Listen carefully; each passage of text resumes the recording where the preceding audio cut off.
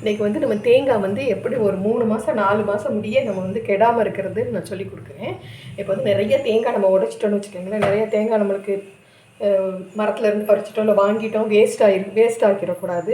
இந்த தேங்காயை ஃபுல்லாகவே நம்ம என்ன பண்ணணும், 2ஆக உடைச்சிட்டு நம்ம ஃப்ரீசரில் வச்சிடணும்.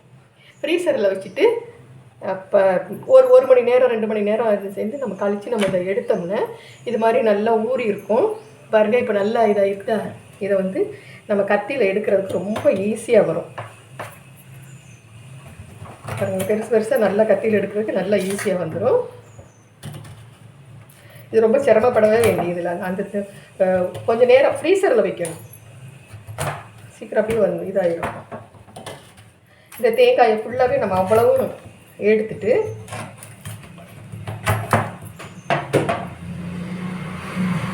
இந்த தேங்காயெல்லாம் எடுத்து இங்கே பாருங்கள். நான் இதில் இந்த கண்டெய்னரில் நான் போட்டு வச்சுருக்கேன். போட்டு நான் ஃப்ரீசரில் வைக்க போகிறேன். இந்த தேங்காய் வந்து ஒரு 3 மாதம் 4 மாதம் முடியும் அப்படியே இருக்கும். ஆனால் ஃப்ரீசரில் வைக்கணும், நல்லா டைட்டாக மூடி வச்சிடணும். இதை வந்து பாருங்களேன், இந்த தேங்காய் வந்து நான் இதோட வச்சு 5ஆவது மாதம் ஆயிடுச்சு. இந்த தேங்காய் இங்கே பாருங்கள், ஈரமாக இருக்கா. ஃப்ரீசரில் வந்து வச்சதுனால கொஞ்சம் ஐஸ் பிடிச்சிருக்கும். இதை எடுத்து நம்ம வந்து கொஞ்சம் நம்ம சமைக்கிறதுக்கு முன்னாடி கொஞ்சம் ஒரு 2 ஜில்லை எடுத்து நம்ம தண்ணியில் போட்டுட்டோம்னா அந்த ஜில்லஸ் வந்து போயிடும்.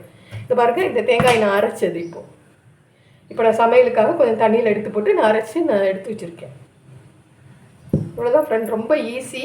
இந்த இதை நீங்கள் செஞ்சு பாருங்கள். செஞ்சு பார்த்துட்டு கமெண்ட் பண்ணுங்கள், சப்ஸ்கிரைப் பண்ணுங்கள். தேங்க்யூ.